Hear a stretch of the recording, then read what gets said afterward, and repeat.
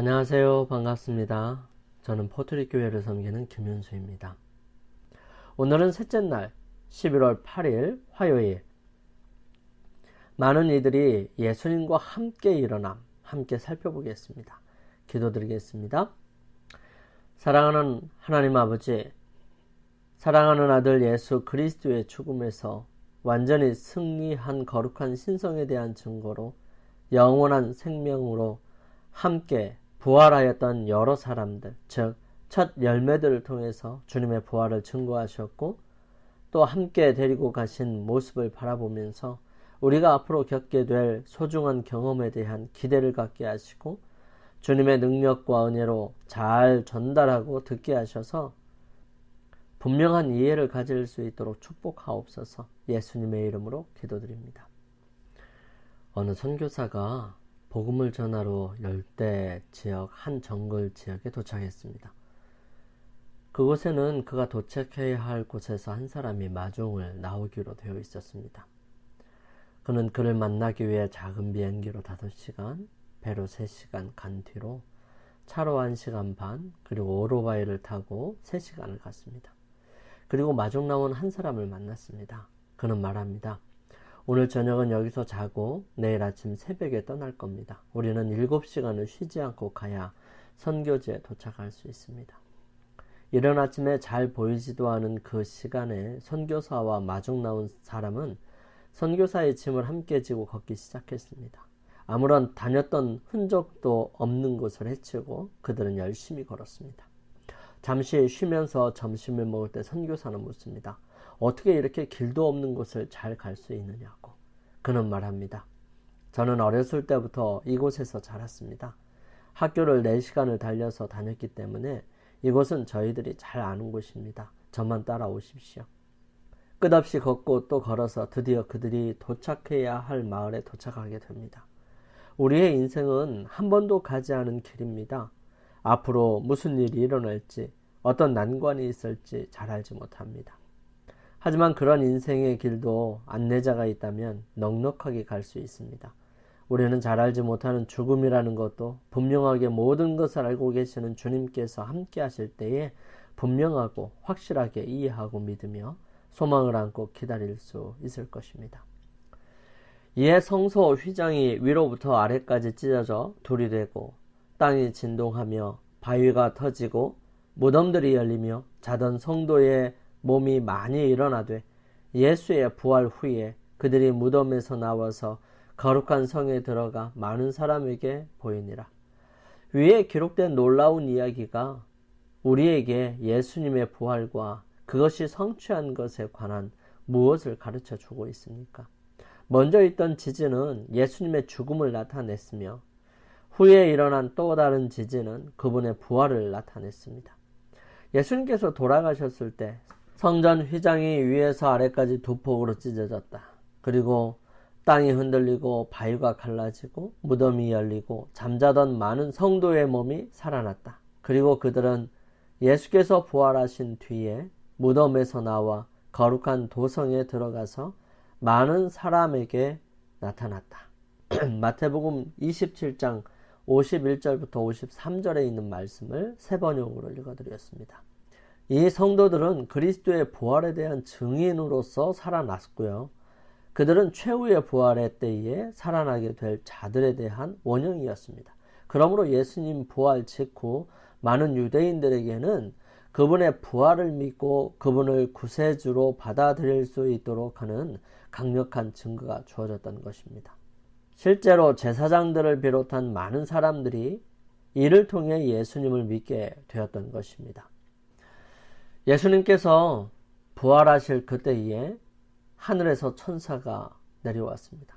당신의 아버지께서 당신을 부르십니다 라고 말하는 힘있는 천사의 음성이 그리스도의 무덤에 들렸을 때에 그주께서는 자기 속에 있던 생명으로 무덤에서 나오신 것입니다. 그때 다음과 같은 그분의 말씀이 진실임이 밝혀지게 된 것이요. 내가 다시 목숨을 얻기 위하여 목숨을 버립니다. 나는 버릴 권세도 있고 다시 얻을 권세도 있다. 이제 제사장들과 관원들에게 말씀하신 그분의 예언은 성취되었습니다. 너희가 이 성전을 헐라 내가 사흘 동안에 일으키리라. 주님의 말씀이십니다.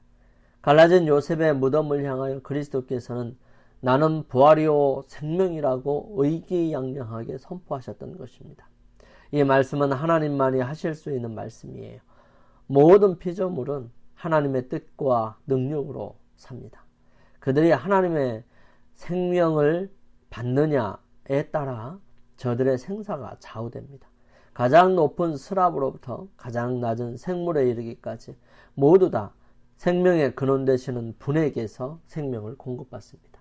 하나님과 하나이신 그분만이 나는 내 생명을 버릴 권세도 있고 다시 얻을 권세도 있다고 말씀하실 수 있는 것입니다. 그분께서는 당신의 신성 속에 죽음의 속박을 깨칠 수 있는 능력을 가지고 계셨습니다. 그리스도께서는 잠자는 자들의 처음 익은 열매로서 죽음에서 일어나셨습니다. 그분은 요제의 원형으로서 여호와 앞에 요제를 드리던 바로 그날에 부활하셨던 것입니다. 1000년 이상 이 상징적인 의식이 거행되어 왔습니다. 추수하는 밭에서 처음 익은 곡식의 이삭들을 모아가지고 6월절 날 예루살렘에 올라가 그들이 가져간 처음 익은 곡식단을 여호와 앞에 감사의 예물로서 흔들었습니다. 낫으로 곡식을 거두어 단으로 묶어 드릴 수 있을 때까지 이 예물을 드리지 않았습니다. 하나님께 헌납한 곡식단은 추수를 예표하였던 것입니다. 그와 같은 처음 익은 열매 되신 그리스도는 하나님의 나라를 위하여 모아드릴 큰 영적 추수를 표상하였던 것입니다. 그분의 부활은 죽은 모든 의인의 부활의 모형이고 보증입니다. 우리가 예수의 죽었다가 다시 사심을 믿을진데 이와 같이 예수 안에서 자는 자들도 하나님이 저와 함께 데리고 오시리라. 데살로니가전서 4장 14절 말씀이에요. 예수님께서 부활하셨을 때 그분은 사로잡혀 있던 한 무리를 무덤에서 데리고 나오셨습니다. 예수님께서 운명하실 때에 있었던 지진은 그들의 무덤을 깨뜨려 열었고요. 그분이 부활하실 때에는 그들도 그분과 함께 일어났던 것입니다. 그들은 하나님과 동역자들이었고요. 목숨을 바쳐 진리를 증거하던 자들이었습니다. 이제 그들은 저희를 죽음에서 일으키신 자를 위한 증인이 될 것이었습니다. 주님의 봉사기간 동안에 예수님께서는 죽은 자를 살리셨지요. 그분은 나인성 과부의 아들과 관원의 딸과 나사로를 살리셨습니다. 그러나 그들은 불면의 옷을 입지는 못했습니다. 살아난 후에도 그들은 역시 죽음에 정복당했지요. 그러나 그리스도께서 부활하실 때 무덤에서 나온 자들은 영생으로 일으킴을 받았습니다. 그들은 죽음과 무덤을 이기신 그리스도의 전승 기념으로서 그분과 함께 승천하였습니다. 그들은 예루살렘 도성에 들어가 많은 사람 앞에서 나타나 그리스도께서 죽음에서 살아나셨고 우리도 그분과 같이 일어났다고 선포했습니다. 그리하여 부활의 성스러운 진리가 불멸의 것이 되었던 것입니다. 대제사장들과 장로들은 예수님의 부활을 감추기 위해 노력했지만 예수님과 함께 부활한 성도들의 존재는 그들의 말이 거짓이었음을 확실히 증명했던 것입니다. 이미 그들은 나사로가 살았을 때에 그들의 생각이 잘못되었음을 드러냈습니다. 죽은 사람도 살려내시는 주님께서 한 번 죽은 모든 사람들이 살아날 수 있음을 분명하게 3번의 죽은 자를 살리신 것으로 증명하셨죠. 하지만 이제 죽음을 완전히 정복하시고 온전히 그 모든 권한을 자신의 권한으로 두신 것입니다. 이제 그분은 누구든지 그분이 원하는 사람에게 다시 살게 하실 수 있게 되신 것입니다. 그분에게 죽음은 완전히 정복되게 되었던 것입니다.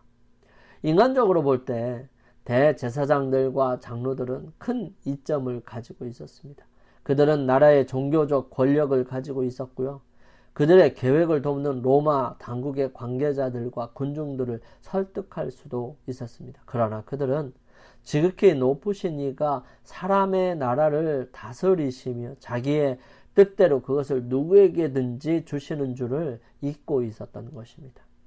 그들의 거짓말은 부활한 성도들의 존재를 통해 틀렸음이 입증되었습니다. 그들이 이렇게 예수님의 부활을 거짓이라고 선포하고 나타내는 데 열을 올릴 것이 아니라 그분이 하나님의 아들이셨고 그분이 실제로 부활하셨으며 우리도 그분을 믿게 될 때 그 부활에 동참할 수 있다고 전했어야 하는 것입니다. 그러나 그리스도께서 부활하실 때 무덤에서 나온 자들은 그들은 예루살렘 도성에 들어가서 많은 사람들 앞에 나타나서 그리스도께서 죽음에서 살아나셨고 우리도 그분과 같이 일어났다고 선포했습니다. 그리하여 부활의 성스러운 진리가 완전하게 나타나게 된 것이지요. 그리스도는 믿는 자에게 부활과 생명이 되십니다. 죄로 인해 잃어버린 생명이 우리의 구주 안에서 회복됩니다. 이는 예수께서 당신이 원하는 자들에게 줄 수 있는 생명을 자기 자신 속에 가지고 계신 까닭입니다. 그분은 불멸을 주실 권리를 부여받으셨던 것이죠. 그분은 인간을 위하여 버리신 그 생명을 다시 취하셔서 인간에게 주십니다.